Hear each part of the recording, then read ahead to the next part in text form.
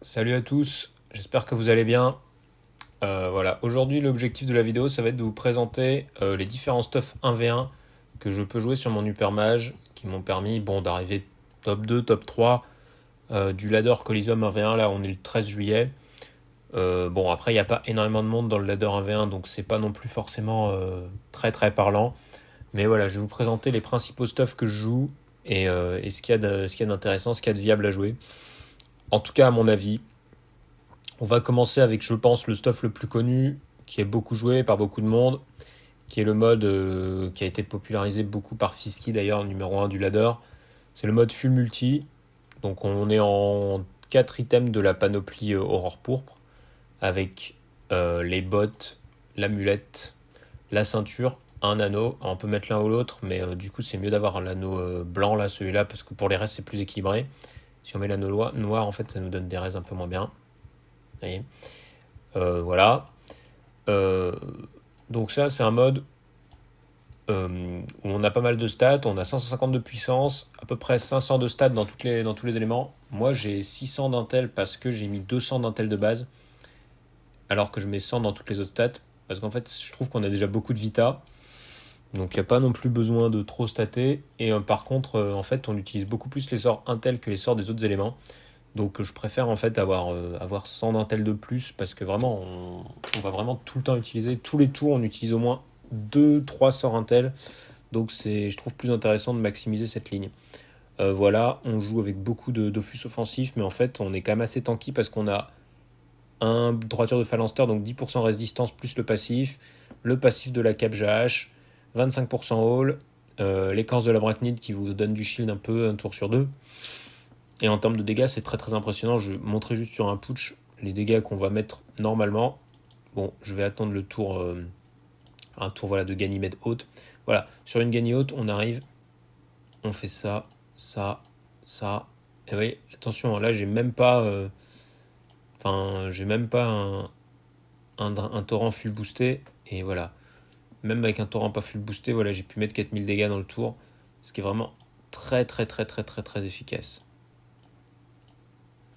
Donc voilà, ça c'est le mode qu'on va jouer le plus, c'est un mode passe-partout, c'est un mode qui à mon sens peut passer contre Ekaflip, peut passer contre Eni, ça marche contre Yop un peu, ça peut marcher contre Feka mais je trouve pas que c'est le mieux, ça marche très très bien contre Sakri, ça marche très très bien contre SRAM, ça marche pas mal, ça va marcher bien contre Forgelance, ça va marcher contre certains Uppers, ça va marcher contre les Uginak en général. Donc voilà, c'est un mode un peu passe-partout qu'on peut jouer contre beaucoup de classes. Un deuxième mode un peu passe-partout, c'est le mode dague sacrificiel. Voilà. Donc ce mode-là, il se joue en triple pastèque. Donc ceinture, pardon, cap, coiffe et le cac. Triple panoplie hypnose, donc amulette, ceinture et les bottes. Vous voyez que ça fait des gros bonus panneaux quand même. Une droiture de phalanster et un double item Glurson qui met quand même 15 de haul. Avec ça, du coup, un Féanor pour le 12e PA. Et après, les Dofus, bon, on peut mettre un peu comme on veut. Enfin, ça, on peut souvent remplacer par exemple par un Forge Lave. En termes de dommages, c'est très très fort. On est quasiment à 200 dommages une fois qu'on a proc le Tacheté. On a d'assez bonnes stats. Enfin, c'est pas insane. On a à peu près 1000 de stats. Même un peu moins, plutôt 900.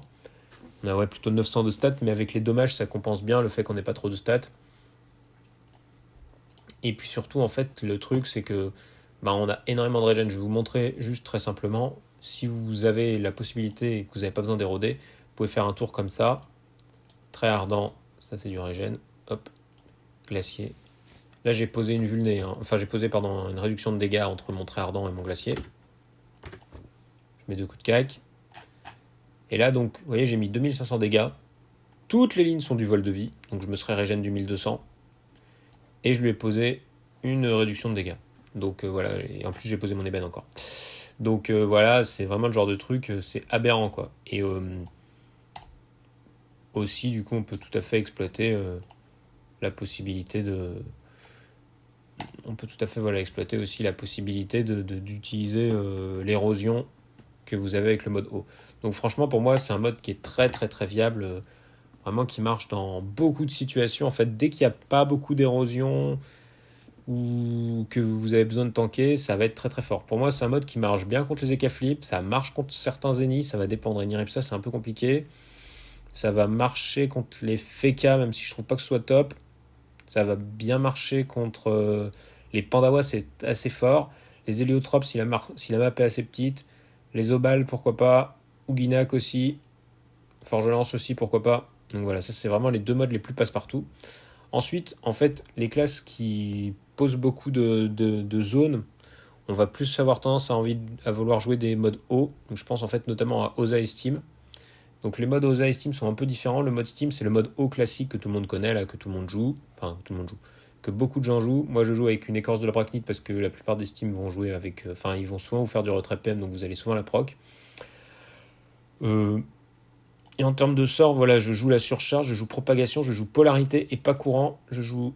Là, j'ai la déflag, mais normalement, j'aurais plutôt mis comme ça en termes de sort. Puisque du coup, je joue pas la créa, hein, je joue la contrib. Et donc, je vous montre rapidement. En fait, la force du mode, c'est ça. Bon, déjà, en fait, je trouve que c'est plus intéressant de se passer de la déflag, tant pis. L'intérêt, c'est qu'en fait, même sans déflag, vous pouvez faire des moves comme ça. Si jamais vous êtes loin de l'adversaire, voilà, en fait, la possibilité de pouvoir faire euh, un déluge avec le gardien. Pardon, une lame astrale avec le gardien, c'est très très fort. Ça vous donne en fait une grosse mobilité que vous n'auriez pas sinon.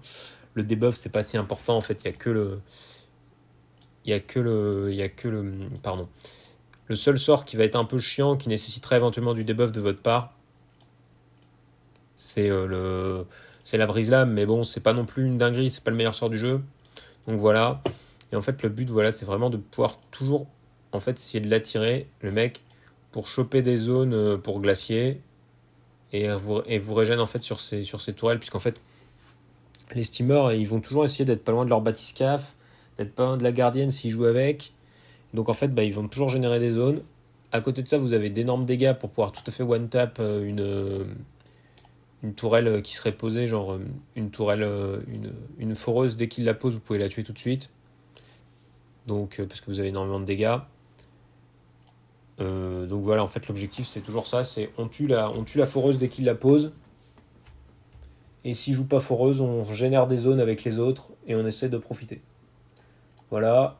Une autre classe qui invoque beaucoup et avec laquelle on peut faire beaucoup de zones, c'est l'Osa. Là, le mode est un peu différent. Je vais lancer un plus 75 pour vous montrer. Voilà, le mode, il est différent parce qu'en fait, là, je joue un mode en sinistrophu. Voilà, donc bot, amulette, cap sinistrophu. Je joue après, au-delà de ça, un double Captain Schaffer. Bon, en plus, vous voyez, j'ai pas de trans sur mes items Captain Schaffer, donc je pourrais l'améliorer. J'ai un Goulano, mais là c'est un bug parce que normalement ça doit pas être un Goulano, ça doit être une Nano-Volcorn qui est sur ce mode. Une Alliance de l'ours. Et ouais, vous voyez, il y a eu un bug, vraiment c'est pas mal Dofus, il y a pas mal de bugs en ce moment encore. Et un Kidibonnet pour avoir le 12ème PA. Là c'est pareil, l'Osamoda je joue sans érosion, je trouve qu'il n'y a pas besoin. Par contre, vous voyez, c'est pareil d'ailleurs, il faut pas jouer la déflag. Hein. Tout l'intérêt du mode en fait c'est de pouvoir, là encore, essayer d'attirer les invoques pour pouvoir générer en fait des très très très grosses zones et taper très très fort. Vous voyez, j'ai tapé plus de 3000 dans le tour. C'était vraiment les dégâts, c'est aberrant. Les surcharges runiques, c'est aberrant, c'est 300 par rune. Vous avez les poignards qui peuvent permettre de déproc de temps en temps, même si on peut aussi faire avec la cataracte. Donc voilà, c'est très très très fort en termes de dégâts. Ah oui, j'ai oublié de préciser, j'ai pas montré. Mais en plus de ces items, du coup, les derniers items qui restent, c'est un cadran d'eau et un mini minotote. Et après les Dofus, on met des Dofus offensifs. Notamment le pourpre qui va permettre de proc assez souvent. Après, on peut aussi jouer en tacheté, un pourpre ou tacheté, je pense les deux sont viables. Le pourpre, il va souvent vous proc à 10% de dommages. Mais voilà, j'ai oublié de préciser, le dernier intérêt, c'est qu'on a 143 réfixes haut et 48% haut. Puisqu'en fait, la plupart des osas, enfin les osas les plus dangereux, je trouve, c'est les osas haut. Parce qu'il y a quoi comme osa? Il y a osa feu, et c'est pas très. Enfin, ça soigne beaucoup, mais ça tape pas très fort, donc c'est pas hyper dangereux. Osa air, c'est vraiment nul. Osa terre, c'est un peu chiant, mais ça va du coup, parce que vous allez souvent avoir des zones, ils sont obligés de rester pas très loin. Et Osa haut, c'est les plus dangereux, et du coup, bah, c'est pour ça qu'on joue 143 FXO, c'est très très fort. Voilà. Qu'est-ce qu'on a encore comme mode intéressant? Les modes anti-cra.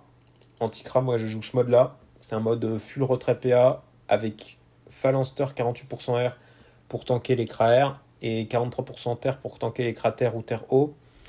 Donc voilà, l'objectif là, c'est d'avoir en fait pas mal d'esquive PM plus le Tanuk en écorce de l'arachnide. Ça vous permet d'avoir beaucoup d'abuser en fait de voilà Bravoure Ikerel, écorce de l'arachnide, Dofus Forgelave, tous les trucs qui permettent de soigner. Ça permet vraiment d'abuser des soins, enfin d'abuser des shields et des soins. Et du coup d'abuser du fait que le Kra il érode assez peu.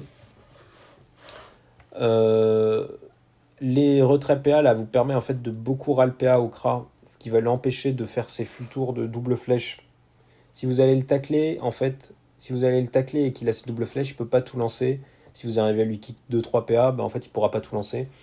Donc bah du coup ça va ruiner son tour, ça va ruiner ses cooldowns, etc. Ça va vraiment le mettre dans le mal. Abuser aussi du debuff, jamais lui laisser un tir puissant ou un maîtrise de l'arc. Toujours des buffs en boucle dès qu'il commence à se booster, parce qu'en fait il faut surtout pas lui laisser en fait un tour nébueux sous tir puissant quoi, ou sous maîtrise de l'arc. Et aussi pouvoir exploiter aussi la cataracte qui permet assez facilement de mettre une vulnée, donc ça c'est pas mal.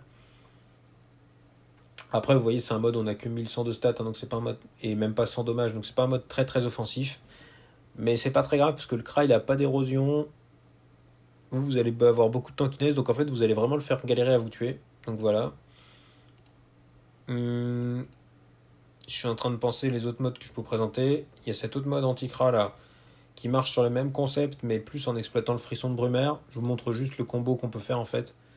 C'est un combo qui permet de retirer 6 PA. Bon, je pense qu'il est assez connu. Mais voilà, si vous avez besoin d'éroder, mais si vous n'avez pas besoin d'éroder, on peut même encore gagner un PA. Donc là, je pose un état haut, j'érode. Je pose un état, enfin, je le passe en état feu. Je fais -2. L'ouragan que j'essaie de placer pour casser l'ivoire. Donc là, j'ai fait -2, -2. Et là, je peux encore faire maîtrise CAC. Et le CAC fait encore. Bon, on l'a pas vu, là, ça l'a pas fait, mais normalement, ça aurait encore pu faire -2. Donc là, j'aurais pu faire -6 PA dans le tour. Et complètement, en fait, annihiler un Krao, quoi. Un Kra, pardon. J'aurais pu annihiler le tour d'un Kra, peu importe son élément, en lui foutant -6 PA dans son tour, quoi. En fait, avec -6 PA, personne ne peut faire un tour clean avec ça. Donc voilà, la grande force du mode.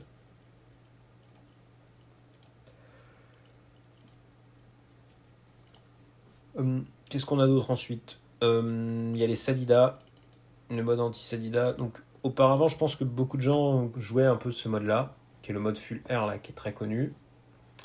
L'intérêt de ce mode, c'est qu'on a 200 dommages avant le proc THT. Donc avec le THT, on a 220 dommages. On a beaucoup d'esquives. On a du coup forcément beaucoup de tacles et beaucoup de fuites. Donc on n'est pas du tout gêné par les invoques. Ça, c'était très fort avant, quand on pouvait exploiter du coup l'ancienne harmonie pour pouvoir faire une propagation empreinte et poser une énorme surcharge. Maintenant qu'harmonie a changé, moi je joue plutôt ce mode-là. Donc ce mode-là, c'est quoi? C'est un triple Elisael. Donc une Amu Elisael, une Coiffe Elisael et le bouclier Elisael. Je l'ai mis en exo dommage haut, on peut le mettre en exo dommage air, on peut le mettre un peu comme on veut. Hein. Double item misère, donc les Sol Raid misère et la convoitise de misère. Double item Saint-Tassé, donc une panoplie baleine, le cac et la ceinture. Et l'Alliance de l'ours pour continuer d'équilibrer. Donc ça donne d'assez bonnes res, il manque un peu de res-feu. Là, cela dit, il faudrait que je trans cet item res-feu et potentiellement celui-là, il faudrait que je le trans aussi, soit res-feu, soit dommage. Et du coup, ah oui, j'ai oublié familier Féanor. Le Féanor est pas obligatoire, on peut aussi jouer en Tanuk, enfin on peut jouer un peu comme on veut. Là en plus mon Féanor, moi il est carapace caraface, ce qui est pas le plus opti, ce serait mieux d'avoir un. Voilà, si j'avais un Féanor écorce arachnide, je pense que je jouerais ça. Voilà. Donc l'intérêt de ce mode en fait c'est que vous voyez, on a beaucoup de dommages. Enfin on n'a pas beaucoup de dommages, mais on a quand même un peu de dommages. Mais on a surtout en fait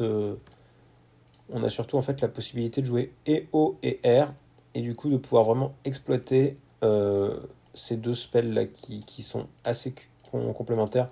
Voilà, rafale glacier, vous voyez là je pourrais mettre, voilà, j'ai mis à peu près 800 dégâts, j'ai posé une vulnée, j'ai posé une rune qui peut me permettre de faire une surcharge qui va un peu taper. Et puis en fait surtout je me suis énormément régène parce que ces deux sorts sont du régène en zone, donc j'aurais pu là, enfin j'aurais forcément proqué une nuée pestilentielle si j'avais réussi à choper une zone. Et en fait, du coup, ça va vous permettre de lancer énormément de poison, d'être sans arrêt full vie, ce qui va vraiment rendre fou les Sadida en fait qui vont essayer de jouer contre vous. Ça peut aussi marcher contre Enu, mais c'est moins bien. Et du coup, c'est pour ça qu'à mon sens, contre Sadida, ça sert à rien de jouer le courant. Autant abuser de la polarité, abuser de la mobilité de la classe et toujours vraiment faire ce que vous pouvez faire. Enfin voilà, faire toujours aller foncer sur le gars, l'empêcher de respirer. C'est vraiment le plus efficace. Voilà. Je pense que c'est vraiment les modes les plus passe-partout. Après, vous avez le mode terre de poux qui peut marcher contre certaines classes. Ça peut être bien pour surprendre. Moi, je joue assez peu, mais pour surprendre, voilà, c'est assez efficace parce que c'est vraiment un mode qui tape extrêmement fort. Donc, pour rappel, le mode, c'est voilà, on est en double Ayuto, le bouclier et la coiffe. On est en double truc panoplie du fourneau là, donc la vache et la ceinture-urgence. Ça met encore des dopous. Voilà, c'est pas mal. Et après, on met une full panoplie cœur vaillant. Donc voilà. Et donc ça permet quand même d'avoir des excellentes stats. On a 431 de pouls. Bon là, on change ce truc-là pour changer, hein. Mais on a quand même, en plus des 431 de pouls, quasiment, enfin plus de 1200 de stats et quasiment 90 dommages. Donc c'était quand même, ça tape quand même très très fort en fait. Je vais juste montrer sur un poutre les dégâts que ça met, mais vous allez voir, c'est aberrant. Sachant qu'en plus, on a plus de 5000 vita. Enfin, j'ai mis 200 de force, je crois, sur ce mode de base. Je pourrais monter à 300, mais voilà. Donc, juste pour montrer ce que ça donne en termes de dégâts, hein. Voilà, la polarité passe à 500 quand vous êtes en diagonale. Ce sort-là, lame tellurique, ça tape plus de 1000. Une polarité en normal tape à 200. Ça tape très fort. En fait, vos sorts terre tapent fort, vos sorts dopou tapent fort, et quand vous avez la possibilité d'utiliser les sorts terre et de faire des dopous, c'est très très très très fort les dégâts. Donc vraiment à ne pas sous-coter du tout comme mode. Même si je pense pas que ce soit le mode du siècle, mais vraiment ne pas sous-coter. Voilà. Et je pense qu'avec ça, en fait, vous avez vraiment le plus gros des modes à jouer contre la plupart des classes. Ah oui, si, j'allais oublier un dernier mode, le mode anti-Xel. Moi, c'est un mode que je joue pas mal. Donc c'est un mode, on est en double fournaise, donc l'omoplate et le massier, en full panoplie ghoul, avec des restes feu partout parce que sinon on manque un peu. Double item cryochrone. Voilà, bon, la mu, normalement, faudrait pas cette transe-là, hein. Moi, c'est une amu que je sors pour d'autres modes, donc j'ai pour ça mis une transe d'ocrit, mais normalement, il faudrait une autre transe parce qu'on n'est pas sur le mode d'ocrit. Et avec ça, on complète avec une ceinture de vortex pour compléter les raises, sachant que si vous avez besoin de PO, vous pouvez jouer avec une ceinture du Captain Schaffer qui va vous rajouter un peu de plus. Voilà. Mais je préfère quand même le slip vortex qui met quand même 6% de raise en plus, enfin, il met deux lignes à 5%, à 3% en plus. Donc ça permet d'avoir des très bonnes raises, ça permet d'avoir 174 d'esquive PA, 1150 de stats, des raises assez clean avec un peu de recrit, et surtout ce mode en fait, vous avez Larry Kirel, le chien-chien carapace carafeuille, le Dofus du cauchemar plus le forge lave. En fait, vous allez sans arrêt prendre du shield. Or, le Xel, il peut difficilement enfin, il peut pas vous éroder, il peut difficilement soigner sauf avec des vols de vie, mais du coup, si vous avez tout le temps du shield, le vol de vie, ça marche pas trop. Donc ça a énormément de value en fait. On n'est pas obligé de jouer Créa, on peut jouer Contrib. On n'est pas obligé de jouer des flags parce qu'il n'y a pas grand chose à debuff, on peut jouer la Mastral. Ça sert à rien de jouer, je pense, le courant sur ce mode parce que l'Exel, ça sert à rien de leur retirer des PA, ça sert à rien de les éroder. Donc autant jouer la polarité pour avoir de la mobilité. Euh, Là, en trop rage et stalactite pour pouvoir poser des pièges élémentaires et foutre des pesanteurs, je pense que les deux peuvent être intéressants. En fait, vous n'allez pas trop avoir envie de mettre pesanteur parce que c'est quand même assez peu utile de forcer la pesanteur sur un Axel. Avec sa 25e heure, en fait, vous allez cramer beaucoup de PA pour lui foutre une pesanteur parce que vous allez devoir faire stalactite plus piège. Ça va vous manger 4 PA, tout ça pour mettre une pesanteur qui va enlever direct et qui n'a même pas tant l'handicapé dans son tour, donc c'est pas forcément indispensable. Donc voilà, je pense que c'est aussi un mode assez intéressant à jouer. Bon, c'est pas le mode du siècle, mais c'est un mode qui est vraiment spécifique anti-Xelor. Ça tape pas très très fort, mais vous êtes vraiment très très très tanky. En fait, il y a certains Xelor, ceux qui ont pas pensé à ce mode-là, bon, il y en a de moins en moins, hein. La plupart des Xelor, maintenant, ils savent que contre Xelor, les gens, ils jouent avec beaucoup de raise, etc. Ils abusent des possibilités qui sont offertes par la classe. Mais, mais si un Xelor n'a pas pensé à ça et il joue simplement son mode haut de base en pensant que ça va passer comme tout le temps, bah en fait, vous allez sans arrêt avoir plus de shield que ce qui vous tape et esquiver tous ces retraits de PA. Donc en fait, ça va être auto-win. Voilà. Donc je pense que ça, c'était le dernier mode intéressant à présenter. Après, on peut faire énormément de modes. La classe, elle est jouable sur énormément de manières de jouer. On peut tout à fait faire plein d'autres modes. Là, c'est surtout en plus des modes 1v1, mais il y a plein de modes qui sont plus intéressants en 2v2 ou peut-être en 3v3 que j'ai pas présenté. Notamment, je pense à tous les modes full air, les modes full de poux aussi, que j'ai pas présenté. C'est des modes qui peuvent être intéressants, mais en 1v1, c'est pas le top, je trouve. Pareil, les modes d'Ocrit, je trouve que c'est pas le top en 1v1. Euh, mais qui sont des modes aussi à ne pas sous-coter en 3v3. Là, c'est voilà, l'objectif de la vidéo, c'était juste de vous présenter les modes 1v1. Donc, s'il y a des choses qui vous semblent pas claires, ou que vous avez des suggestions, vous, de modes, de choses à jouer contre certaines classes, n'hésitez pas à mettre en commentaire. Je vais regarder tous les commentaires, je vais essayer de répondre autant que possible. Et puis voilà,